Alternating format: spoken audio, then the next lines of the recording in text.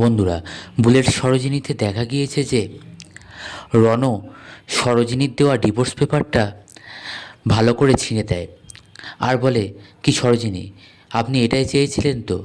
আমি এই divorce paper ছিঁড়ে দিলাম, আর আমি আপনাকে খুব খুব খুব ভালোবাসি।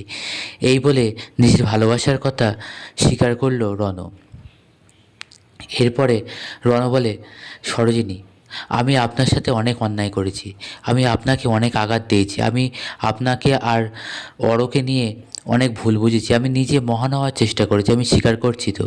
আমি হাত জোড়ো করে ক্ষমা চাইছি। এরপর রণ হাত জোড়ো করে সরোজিনীর কাছে ক্ষমা চায়। তখন সরোজিনী বলে, মিস্টার চ্যাটার্জি, এটা করবেন না, আমার কিন্তু খুবই খারাপ লাগছে। একজন মানুষ যখন নিজের ভুল বুঝতে পারে তখন আর কি বলার আছে? আর যখন আমাদের দুজনের চাওয়াই এক, তখন তার কিছু বলারই নেই। এরপরে রণ বলে, না সরোজিনী, আমার এছাড়াও আরও অনেক অনেক কথা বলার আছে। তার আগে, এই কথা বলার আগে একটা ছোট্ট কাজ বাকি। এই বলে রণ সরোজিনীর জন্য সিঁদুর নিয়ে আসে নিজের হাতে। এবার সেই সিঁদুরটা রণ নিজের হাতে সরোজিনীকে পরিয়ে দিতে চায়। তার আগেই রণ কিছু কথা মনে করতে থাকে। রণ আর সরোজিনী সেই প্রথম দেখা হওয়া, তারপর সরোজিনী রণর কোলে এসে পড়া, এছাড়া পরপর আরও ঘটনা, গাড়িতে দেখা হওয়া, তারপরে বাড়িতে নিয়ে আসা, এরপরে দেখা যায় সরোজিনীর সাথে বিয়ের ঘটনা, সমস্ত ঘটনা রণ একে একে মনে করতে থাকে।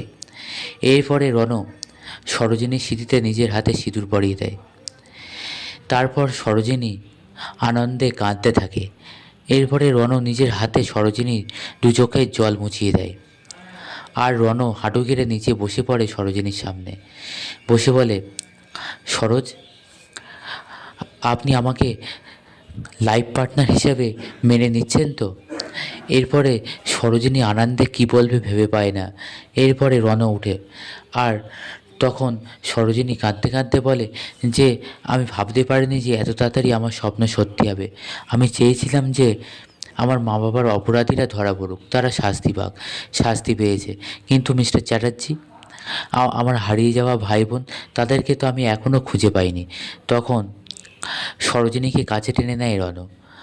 এরপরে দুজন দুজনকে জড়িয়ে ধরে, আর রণ বলে, সরোজ, আমার মন বলছে খুব তাড়াতাড়ি আপনি আপনার হারিয়ে যাওয়া ভাই বোনদেরকে খুঁজে পাবেন, দেখবেন। এদিকে দেখা যায় যে বিনুগুন্ডা মানে সরোজিনীর দাদা একটা চায়ের দোকানে বসে খবর শুনছিল। এরপরে চাও অর্ডার করে।